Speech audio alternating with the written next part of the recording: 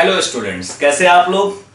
इससे पिछली वीडियो में हमने एक्सरसाइज 6.3 का पार्ट 1 किया था, जिसमें कि इंट्रोडक्शन दिया था हम परम्यूटेशन का, और साथ साथ क्वेश्चन नंबर 1 से लेकर 5 तक एक्सरसाइज का हमने सॉल्व किया था।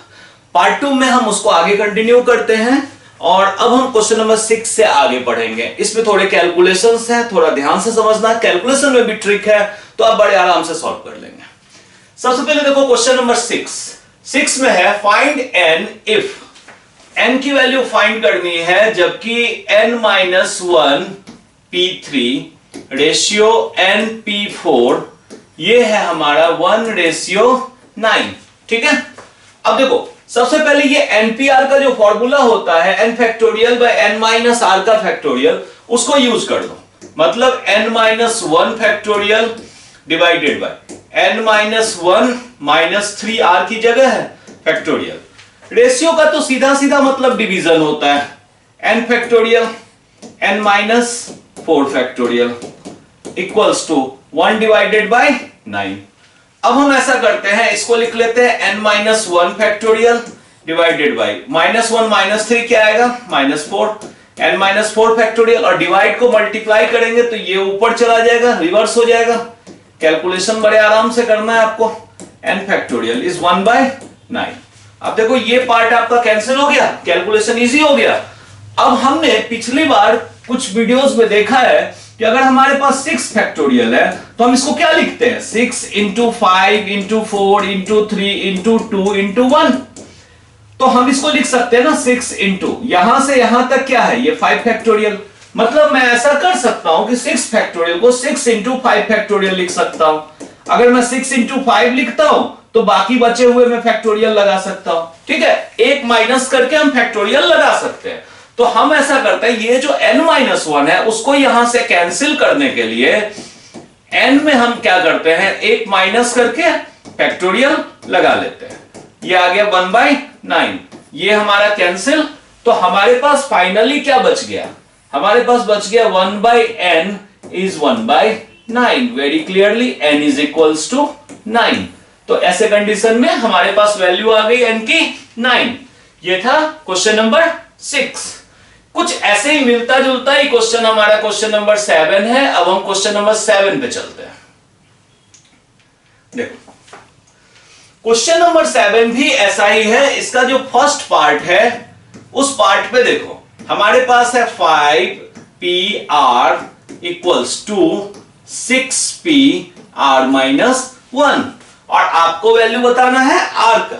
सेम मेथड हम npr का फॉर्मूला लगा लेते हैं, 5 factorial by 5 - r factorial equals 2 × 6 factorial by 6 - r-1 का फैक्टोरियल। ठीक है। अब देखो हमारा मेन पर्पस होता है कि मैक्सिमम चीजें इसमें कैंसिल हो। तो सबसे पहले तो देखो हम एक स्टेप और लेते हैं, 5 फैक्टोरियल, और ये जो है 5 - r फैक्टोरियल ये रहने दो 2 × 6। तो वेरी क्लियर है, 5 से बड़ा है तो हम इसको लिख सकते हैं 6 × 5 फैक्टोरियल।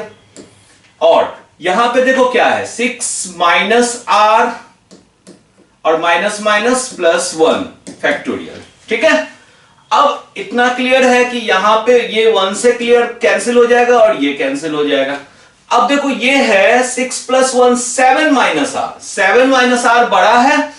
हम इसमें क्या करेंगे, 1/5 - r factorial equals 12/7 - r factorial. अब इसमें देखो हम क्या करेंगे, इससे ये बड़ा है तो हमको इसमें से निकालना है और कैंसिल करना है। तो हम क्या करते हैं, 1/, ये जो 5 - r है इसको कुछ भी नहीं करेंगे, इसको कोई टच नहीं करना है, इक्वल्स 12/। अब देखो 7 - r एज इट इज लिख दो। अब इससे एक कम करेंगे, 1 माइनस करेंगे तो क्या आएगा, 6 - r। हमें लाना है 5 - r, ये है 6 - r, और हमें लाना है 5 - r। तो 5 - r जैसे आया वहां पे फैक्टोरियल लगा दिया, क्योंकि इससे आगे हमें कोई दिक्कत है नहीं। अब इसमें देखो 5 - r कैंसिल, ये आ गया हमारे पास 1 इक्वल्स 12/7 - r × 6 - r। अब इसको क्रॉस मल्टीप्लाई कर लो और इनकी मल्टीप्लीकेशन भी कर लो।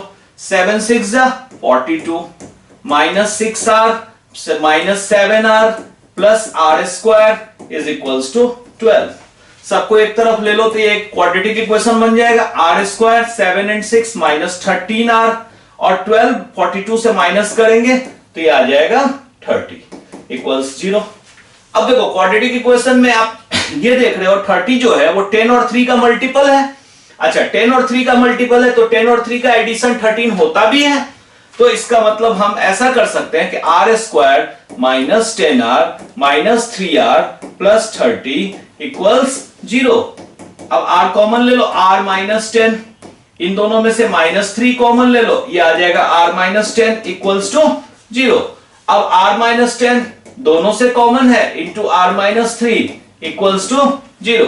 तो हमारा या तो r माइनस 10 0 होगा या r माइनस 3 0 होगा। दैट मीन्स आइदर r हमारा 10 होगा और r हमारा 3 होगा। ठीक है, r हमारा 10 होगा और r हमारा 3 होगा। अब इसमें आप अगर ये वैल्यूज प्लेस करोगे तो सेम आंसर आ जाएगा। बट एक सेकेंड, यहां पे एक चीज ध्यान रखना है, अगर मैं r इक्वल्स टू 10 लेता हूं, r इक्वल्स टू 10 लेता हूं तो ये 5pr क्या बन जाएगा पता है? 5p10। p का क्या मतलब होता है कि 5 ऑब्जेक्ट्स अवेलेबल है, उसमें से क्या हम 10 सेलेक्ट कर सकते हैं? नो।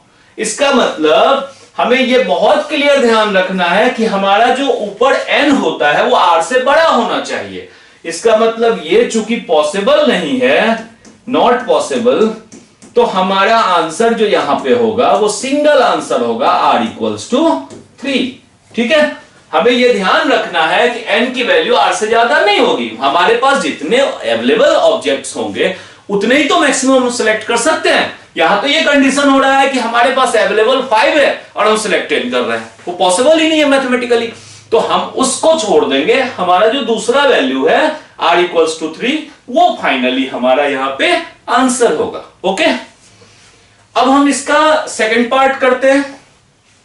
जो हमारा सेकंड पार्ट है उसमें क्या है? 5pr equal 6pr minus 1।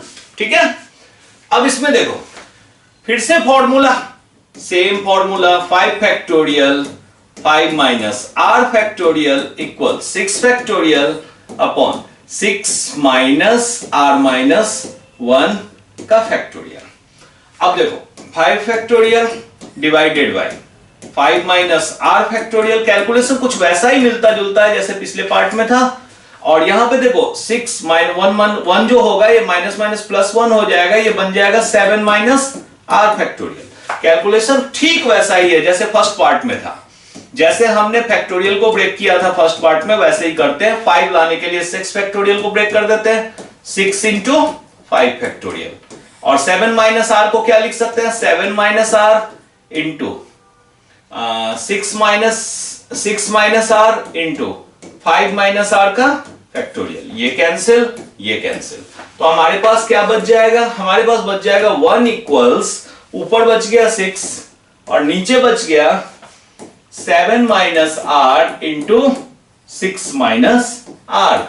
चलो अब इनका मल्टीप्लीकेशन कर लो। 7 6 42, ये सेम ही आ रहा है, 7r माइनस 6r, जैसे अभी फर्स्ट पार्ट में आया था, minus minus plus, r square is 6।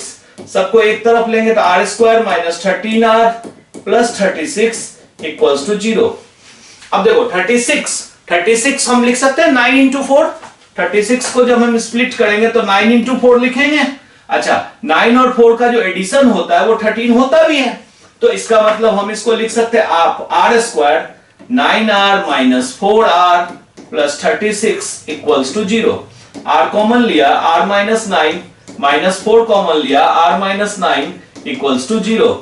तो हमारे पास यहां पे क्या आ जाएगा? हमारे पास आ जाएगा r माइनस 9 दोनों से common, r minus 4 equals to 0। तो r की वैल्यू आइदर 9 और 4। अगेन अगर मैं 9 लूंगा यहां पे तो ये r n से बड़ा हो जाएगा। 9 जो है हमारा नॉट पॉसिबल। ठीक है, ये पॉसिबल नहीं होगा। हमारा जो फाइनल आंसर होगा वो r इक्वल्स टू होगा 4 ओनली, 4 में देखो कोई दिक्कत नहीं है, यहां पे हम 4 रखते हैं तो 5p4 it is also fine, and यहां 4 - 1 3 आएगा तो 6p3 ये भी एकदम फाइन है। तो हमारा आंसर होगा r इक्वल्स टू 4, 9 नहीं होगा, 9 नॉट पॉसिबल होगा। क्लियर? चलो अब काफी इंटरेस्टिंग क्वेश्चंस आने वाले हैं कुछ। क्वेश्चन नंबर 8 पे हम आते हैं।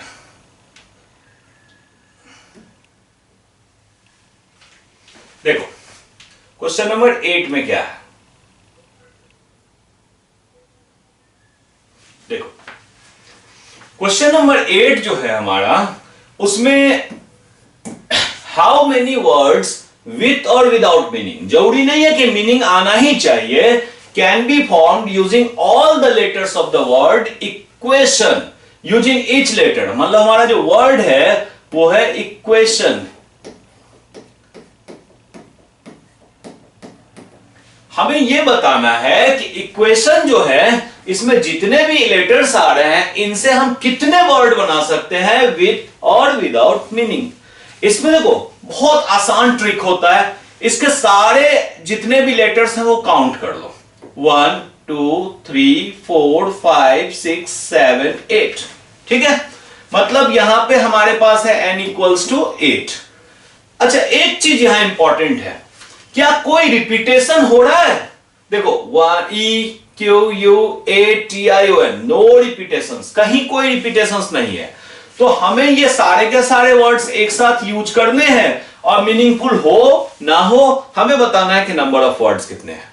अच्छा मैं यहां एक चीज बताना चाहता हूं कि मैंने ये क्यों कहा कि रिपीटेशन तो नहीं है।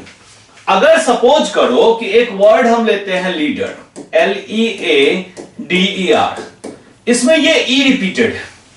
अब इस ई को उठा के आप यहां रख दो या इस ई को उठा के यहां रख दो, कोई फर्क नहीं पड़ेगा, आइडेंटिकल होगा। तो रिपीटेशन होता तो हमें इसको सोचना पड़ता कि अच्छा जो आइडेंटिकल है उसको तो रिमूव करना पड़ेगा ना, क्योंकि न्यू वर्ड तो बना नहीं, लेकिन हम डायरेक्ट फॉर्मूला लगा देंगे तो वो भी काउंट हो जाएगा। ठीक है, आइडेंटिकल वर्ड्स भी काउंट हो जाएंगे, तो हमारा आंसर यहां पे रॉन्ग हो जाएगा। तो अब हम यहां पे बताएंगे कि number of words equals, formula वही NPR मतलब 8p8। अब देखो यहां पे n का factorial by n minus R, 8 minus 8 का फैक्टोरियल, 8 का फैक्टोरियल बाई 0 फैक्टोरियल, 0 फैक्टोरियल 1 होता है, दैट मींस आंसर क्या होगा 8 फैक्टोरियल। इसको आप मल्टीप्लाई कर लो या यहां पे आप आंसर छोड़ सकते हो। ठीक है, नॉर्मली 8 तक तो हम कर सकते हैं मल्टीप्लाई, क्योंकि आप ये जानते हो ये 120 720 तो यहां तक आता है, 720 में 7 और 8 8 7 जा 56 से बस आपको मल्टीप्लाई करना है, तो आप कर सकते हो एग्जाम में यहां तक। अदरवाइज आप 8 फैक्टोरियल भी छोड़ोगे तो मार्क्स कटने का कोई मतलब नहीं बनता यहां पे। ठीक है, ये था हमारा क्वेश्चन नंबर 8।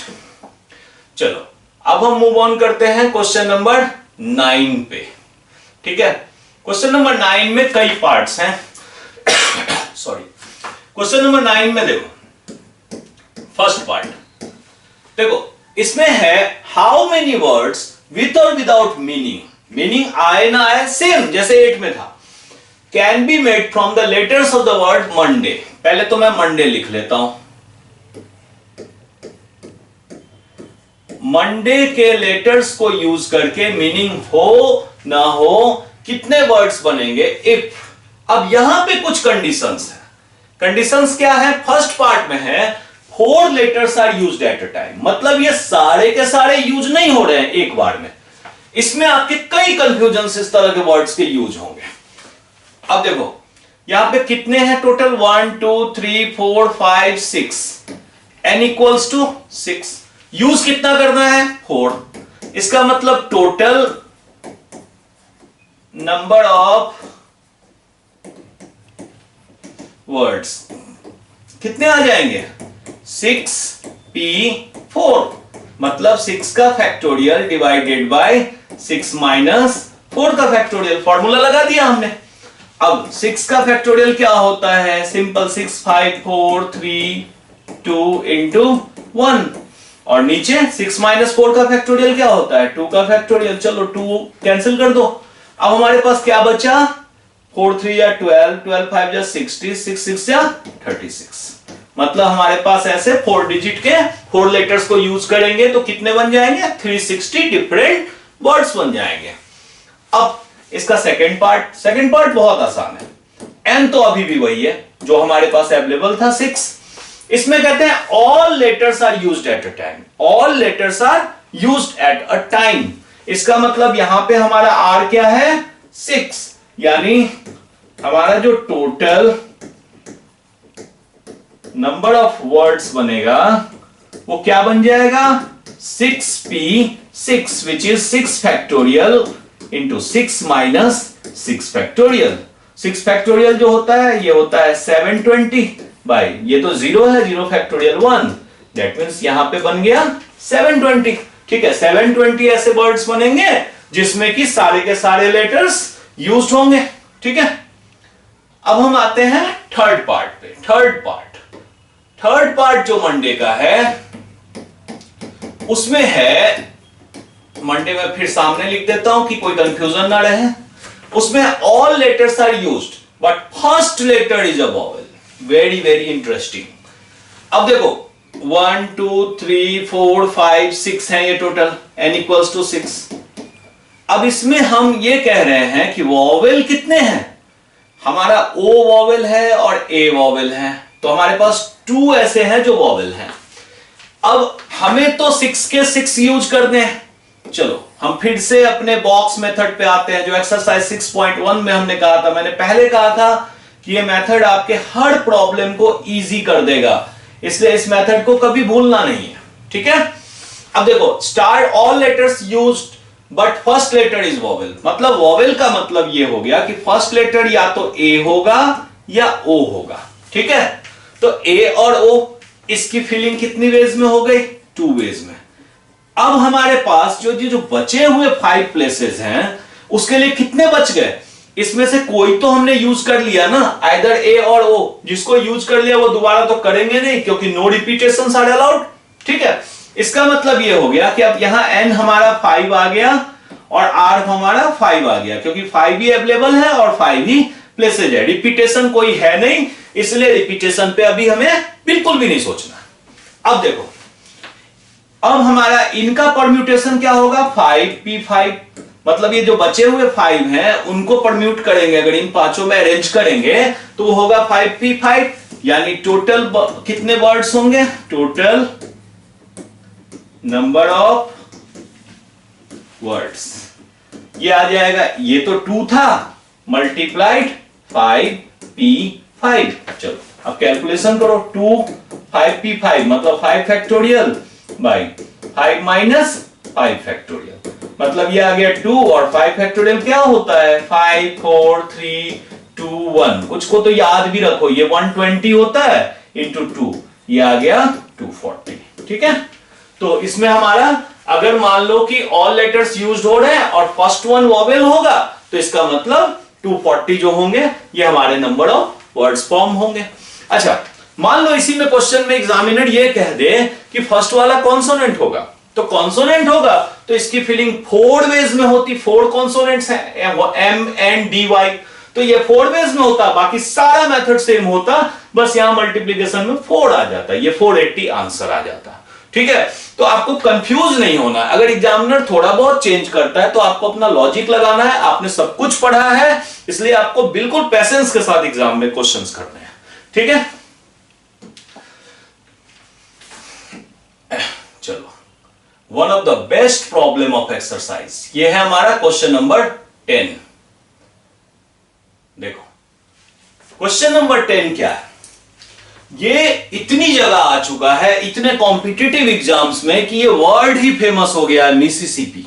ठीक है, तो इसलिए इसको अच्छे से समझना, ये बहुत ही काम आएगा आपको, इवन आईआईटीज में भी आ चुके हैं ये क्वेश्चन। ठीक है, देखो क्वेश्चन नंबर 10 क्या है। सबसे पहले हम इसमें है, in how many ways of distinct permutations of the letter in Mississippi do 4 eyes not come together। ठीक है, do 4 eyes not come together। इसमें एक्चुअली में क्या हुआ है कि बहुत सारे कंसेप्ट्स एक साथ ही आपके चेक कर रहे हैं। सबसे पहले हम लिख लेते हैं, वो वर्ड हमारा क्या है, काउंट करना आसान होगा हमारे लिए। मिसिसिपी। चलो अब इसमें तो मुझे कहने की जरूरत नहीं है कि इसमें रिपीटेशंस है, बहुत सारे रिपीटेशंस हैं। तो एक बार मैं एक तो टोटल बोल देता हूं कि कितना है। सॉरी, 1 2 3 4 5 6 7 8 9 10 11। मतलब एक चीज तो क्लियर है, n है हमारा 11। ठीक है, अब इसके बाद देखो m रिपीट नहीं है, सिर्फ हम रिपीटेशंस पे फोकस करेंगे। i कितनी बार है? 1 2 3 4।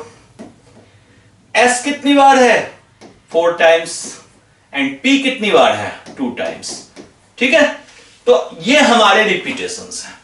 क्वेश्चन ये है कि 4 आईज कम टुगेदर, ये 4 आई जो है ऐसा वर्ड बनाओ जिसमें ये चारों आई एक साथ हो। फॉर एग्जाम्पल जैसे एक तरह का वर्ड होता है जिसमें आई आई आई आई, ये मैंने ले लिया S S P P S S, उसी मिसिसिपी से बना हुआ है।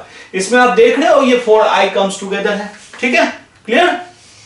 देखो इसके लिए ये है not come together, 4 eyes not come together. ठीक है, हमारा स्टेप ऐसे ही होगा, इसलिए कोई कंफ्यूजन नहीं आनी है। तो सबसे पहले देखो हम ये करेंगे कि बिना किसी रिस्ट्रिक्शन के मिसिसिपी से कितने वर्ड्स बन सकते हैं उसको फाइंड कर दो। बिना किसी रेस्ट्रिक्शन के मिसिसिपी, भूल जाओ कि हमें क्या कहा गया है कि 4 आइज कम टुगेदर या नॉट कम टुगेदर या पी कम टुगेदर, कुछ नहीं। पहला स्टेप कि कितने वर्ड्स बन सकते हैं वो सारे वर्ड्स के काउंट कर लो। ठीक है, तो ऐसा करते हैं, total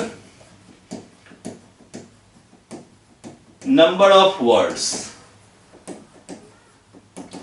total number of words इसमें क्या हो जाएंगे? सबसे पहले n है 11, बहुत इजी फॉर्मूला होता है 11 का फैक्टोरियल डिवाइडेड बाई। अब जितने रिपीटेशंस हैं, ठीक है, जहां जहां भी रिपीटेशंस हैं उन रिपीटेशन से आप इनको डिवाइड कर दो। 4 फैक्टोरियल 4 फैक्टोरियल 2 फैक्टोरियल। ठीक है, क्लियर? ये वो हो गया जिसमें कि कोई भी रेस्ट्रिक्शन नहीं है। सिंपल मिसिसिपी जो है उससे कितने वर्ड्स बनेंगे वो हमें फाइंड करना है। जितने भी आइडेंटिकल रिपीट हैं उनके फैक्टोरियल से इसलिए डिवाइड कर रहे हैं क्योंकि अगर इस s को आपस में इंटरचेंज कर दो कोई फर्क नहीं पड़ेगा, इन चारों i को आपस में इंटरचेंज करते रहो कोई फर्क नहीं पड़ेगा, हमें तो सेम ही वर्ड मिलेगा ना। तो सेम तो हमें तो ये देखना है ना कि मिसकाउंट ना हो जाए। 2 बार काउंट हो जाएगा अगर i को हम दोनों तरफ एक्सचेंज करेंगे और उसको हम रेस्ट्रिक्शन से डिवाइड नहीं देंगे तो। ठीक है, तो जितने भी रिपीटेशंस है उससे हमको इसमें डिवाइड करना है। ये हो गया टोटल नंबर ऑफ वर्ड्स। अब हमें फाइंड करना है कि 4 आइज नॉट कम टुगेदर, लेकिन हम क्या करते हैं, पहले फाइंड करते हैं 4 आइज कम टुगेदर। हम 4 आइज कम टुगेदर फाइंड कर लेते हैं और उसको अगर टोटल में से माइनस कर देंगे तो बाकियों में नॉट कम टुगेदर आ जाएगा। ठीक है, तो number of words with 4 eyes together. देखो जैसे मैंने इसको सर्कल बनाया है, आपको अगर ये पता है कि ये चारों को साथ रहना है, ठीक है, इनको एक पैकेट बना दो, बांध दो। अगर 2 फ्रेंड है हमेशा साथ रहते हैं तो दोनों को बांध दो, एक साथ है। ठीक है, तो मैंने इसको एक सिंगल पैकेट बना दिया, कहा कि नहीं तुम कहीं भी रहो एक साथ रहो, ऐसे ही फिक्स रहो। इसका मतलब अब ये सिंगल हो गए 1। अब हमारे पास टोटल कितने वर्ड्स हैं? 1 लेटर्स है 1 2 3 4 5 6 7 8। तो इसका मतलब 8 फैक्टोरियल डिवाइडेड बाय। अब इसको जब मैंने 1 मान लिया तो इसमें अगर ये सेम है भी तो अब कोई फर्क नहीं पड़ता, क्योंकि हम तो उसको कह ही रहे हैं साथ रहो। ठीक है, तुम एक ही हो, तुम इधर उधर इंटरचेंज भी करोगे तो भी मैं तुमको 1 ही काउंट करूंगा। तो इसका मतलब यह हुआ कि अब हमारे इसके रिपीटेशन से डिवाइड नहीं करना है, बाकी के रिपीटेशन से करना है। जैसे 4 टाइम्स s है तो 4 फैक्टोरियल और 2 टाइम्स p है तो 2 फैक्टोरियल। ठीक है, तो इसकी कैलकुलेशन क्या होगी? 8 7 6 5 और 4 के ऊपर फैक्टोरियल लगा के छोड़ दो और नीचे 4 फैक्टोरियल और 2 फैक्टोरियल। 4 फैक्टोरियल हमारा कैंसिल हो गया और 2 फैक्टोरियल तो 2 ही होता है, 2 4 जा 8। अब हमारे पास क्या आ गया? 6 5 जा 30, 3 7 जा 21, ये 21 4 जा 84, 840। तो आपको अब ये बताना है कि all eyes never comes together. ठीक है, तो total words with no i's together। तो हमें क्या करना पड़ेगा, ये जो पार्ट था, ये जो टोटल था हमारा 11 factorial divided by 4 factorial 4 factorial 2 factorial, इसमें से माइनस कर लेना है 840। ठीक है, आप कैलकुलेशन कर लो, ये आपका फाइनल आंसर होगा। ठीक है, क्लियर है? बहुत अच्छा क्वेश्चन है। इसमें अगर अभी भी किसी को कोई कंफ्यूजन हो तो आप कमेंट करना, मैं इसको सेपरेट वीडियो बना के भी इस क्वेश्चन को अकेला पूरा समझा दूंगा आपको। ठीक है,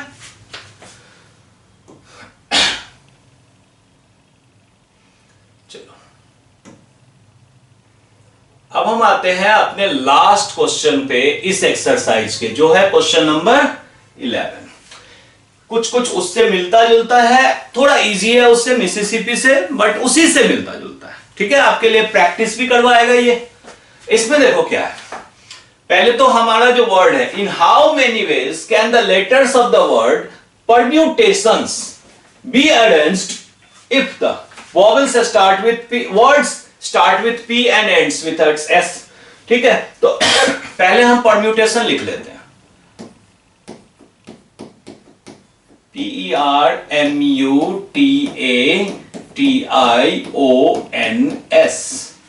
ठीक है, अब एक बार तो चेक कर लो कि इसमें टोटल कितने हैं। स्टार्टिंग तो हमारी वहीं से होगी, 1 2 3 4 5 6 7 8 9 10 11 12।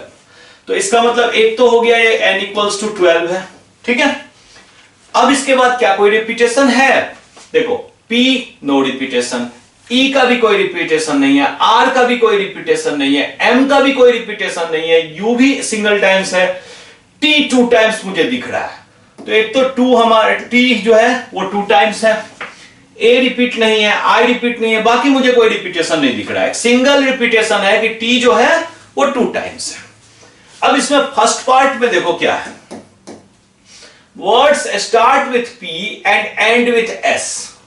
एक तो ये 12 के 12 यूज कर दें, तो हम ऐसा करते हैं, एक तरह से बॉक्स बना लेते हैं जिसमें सिर्फ स्टार्ट और एंड को देख रहे हैं। ठीक है, स्टार्ट और एंड को देख रहे हैं कि start with P and and with S। मतलब आपने क्या किया, इन दो पोजीशंस को तो पहले से ही आपने लेटर असाइन कर दिया, यानी इनकी फिलिंग के बारे में आपको कुछ नहीं सोचना, ये रिजर्व है, ये वीआईपी है इस क्वेश्चन के लिए। तो वीआईपी को आपने सीट असाइन कर दिया, इनकी सीट पे और कोई नहीं आएगा। ठीक है, अब हमें बाकी की पोजीशंस देखनी है। तो बाकी तो ये टोटल 12 थे, तो हमारे पास n कितने बच गए हैं? 10, क्योंकि 2 तो हमने यूज कर लिया, और उसमें n जो हमारे पास 10 है, उसमें एक जो 2t है वो 2 बार आता है। तो ऐसा इसका मतलब इस कंडीशन में जो हमारा नंबर ऑफ वर्ड्स होंगे वो कितने होंगे?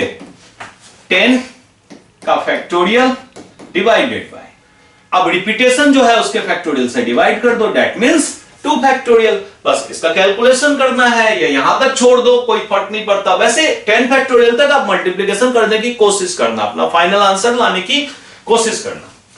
अब इसके बाद देखो सेकंड पार्ट क्या है। Second, vowels are all together. ठीक है, वॉवेल्स आर ऑल टुगेदर। अब हम इसकी बात करते हैं, वॉवेल्स आर ऑल टुगेदर की। देखो, सबसे पहले ये देखो कि हमारे वॉवेल्स कितने हैं। इसमें E है, U है 2, A है 3, I है 4 एंड O है 5। बाय लक ऑल 5 वॉवेल्स जो है इसमें आ रहे हैं। अब हमें ऐसा करना है कि ये जो 5 है, 5 वॉवेल्स, इसका एक पैकेट बना लो।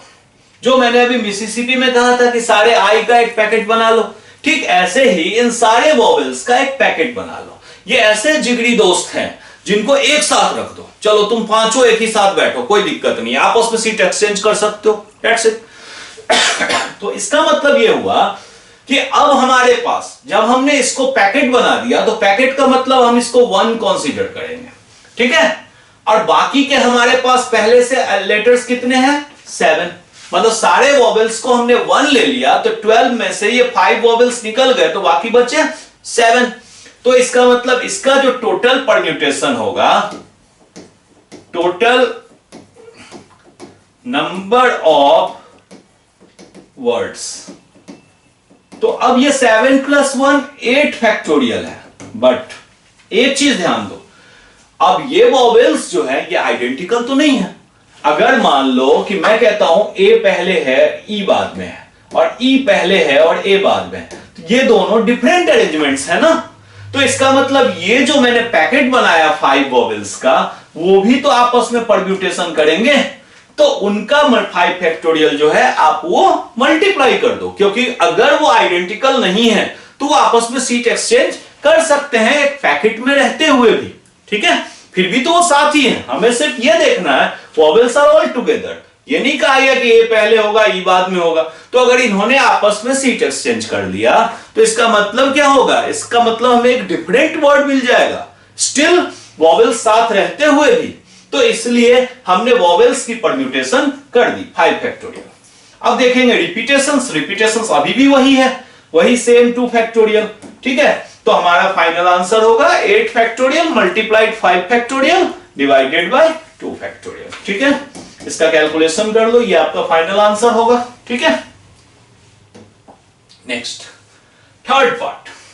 थर्ड पार्ट में हमारा क्या है, देखो, there are always 4 letters between P and S।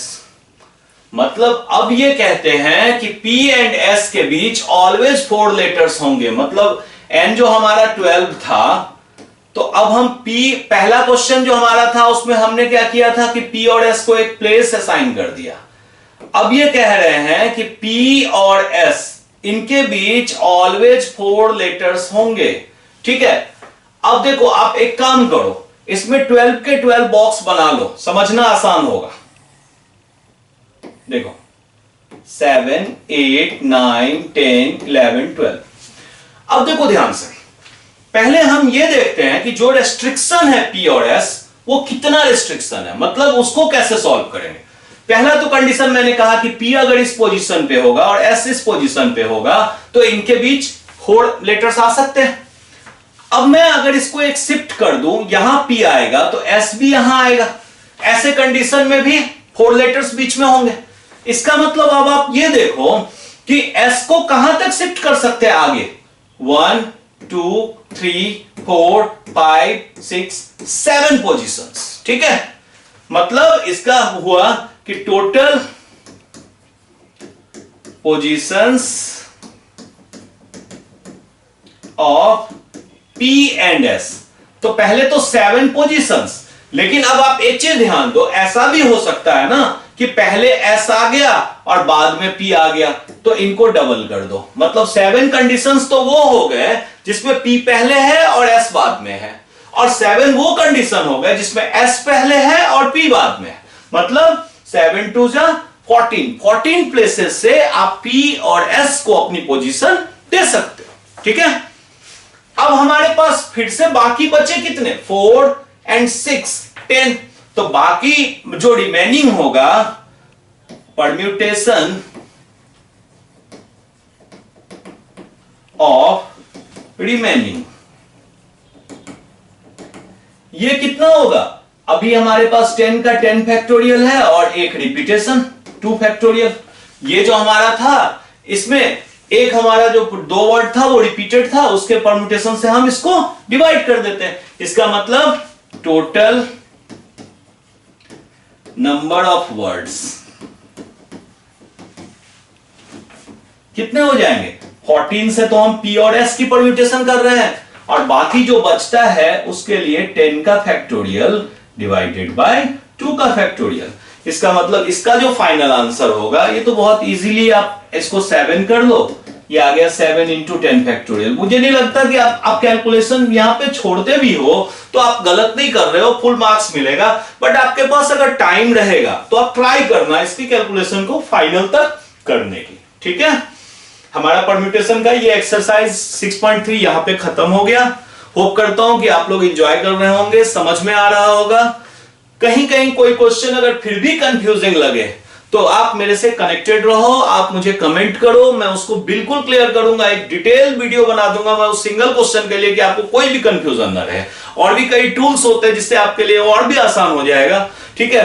तो और प्लीज लाइक, सब्सक्राइब और शेयर जरूर करें, जितने ज्यादा से ज्यादा हो अपने फ्रेंड्स के साथ शेयर करें। Thank you.